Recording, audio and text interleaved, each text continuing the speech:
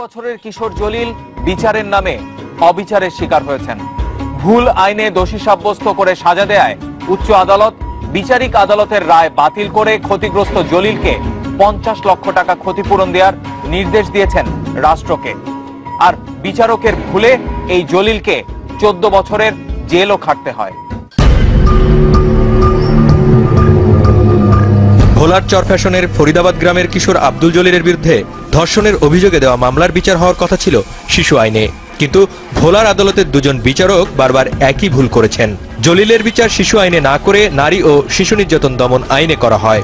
শিশু আইনটা আদালতে রায় হলে একরকম হইতো, আর নারী শিশু আদালতে রায় দেওয়াতে এটা যাবজ্জীবন কারাদণ্ড এবং তাকে জরিমানা করছে। যেগুলো আইন কোর্টে মামলা পরিচালনা বলছে, কিন্তু বিচারক সেখানে না করে নিজ খামখালির মধ্যে মামলা পরিচালনা করছে।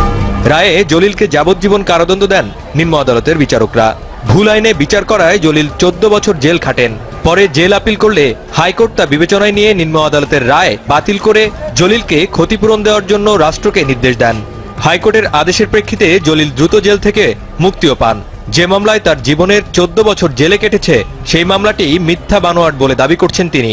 আমার কেন মিথ্যা একটা মামলা হয়রান করে 17 বছর আমার জেল খাটতে হলো। আজ আমি আমার এই মামলা, আজ আমার বাপের হারাইছি, আমি আমার বাপেরও পাই নাই, বাপের মৃত্যু পাই নাই, আমার মা এমনকার মৃত্যুর পথে। স্থানীয়দের অনেকেই জানিয়েছেন জায়গা সম্পত্তির বিরোধের জের ধরেই একটি ঘটনাকে মামলা হিসেবে সাজিয়েছে বাদীপক্ষ। দীর্ঘদিনে আপনার জায়গা জমি নিয়ে একটা সত্যতা ওগুলোকে আছে।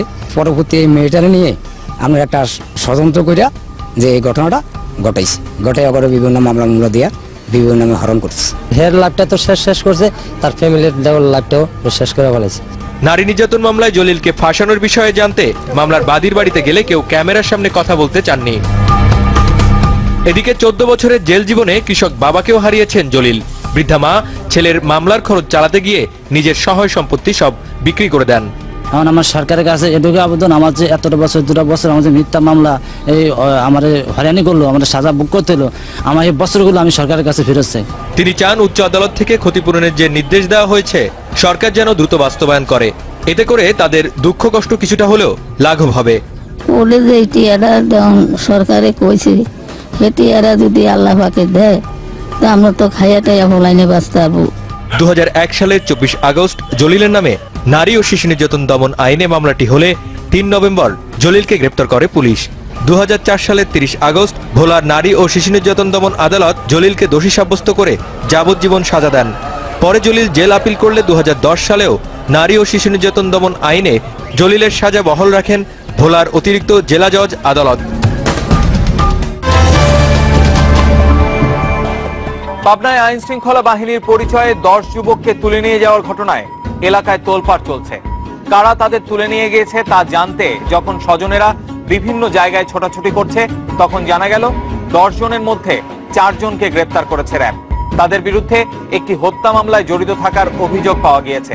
তবে অপহৃত বাকি 6 জনের এখনো কোনো সন্ধান পাওয়া যায়নি। তাদের ভাগ্যে কি ঘটেছে তা কেউ বলতে পারছে না।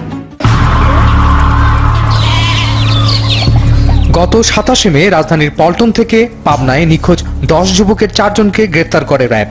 পাবনার ফরিদপুর উপজেলা থেকে নিখোঁজ 10 জনের সন্ধান করে স্বজনেরা অনেকদিন ধরে আইন শৃঙ্খলা বাহিনী সহ বিভিন্ন দপ্তরে ধর্ণা দিয়ে আসছেন।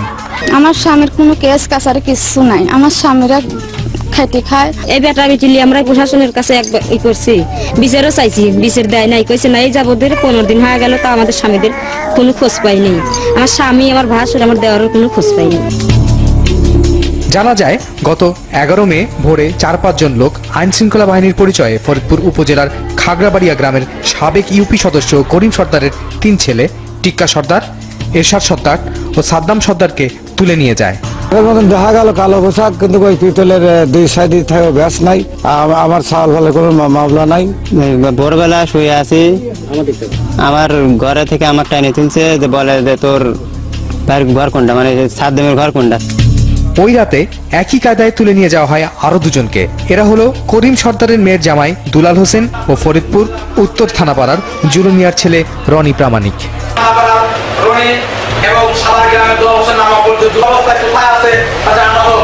এছাড়াও গত 22 মে ফরিদপুরের সাভার গ্রামের শফিউর রহমানের ছেলে আবু সাইদকে গাজীপুর থেকে, মৃত আহমদ আলীর ছেলে রমজান আলীকে চট্টগ্রাম রাঙ্গুনিয়া থেকে, 21 এপ্রিল সামাদ আলীর ছেলে দুলাল হোসেনকে ঢাকার হাজারীবাগ এবং সাইদুর রহমানের ছেলে সুরুজ আলী ও মুক্তার আলীর ছেলে লিটন ইসলামকে ঢাকার কামরাঙ্গীর চর থেকে তুলে নিয়ে যাওয়া হয় বলে অভিযোগ করেন তাদের পরিবার।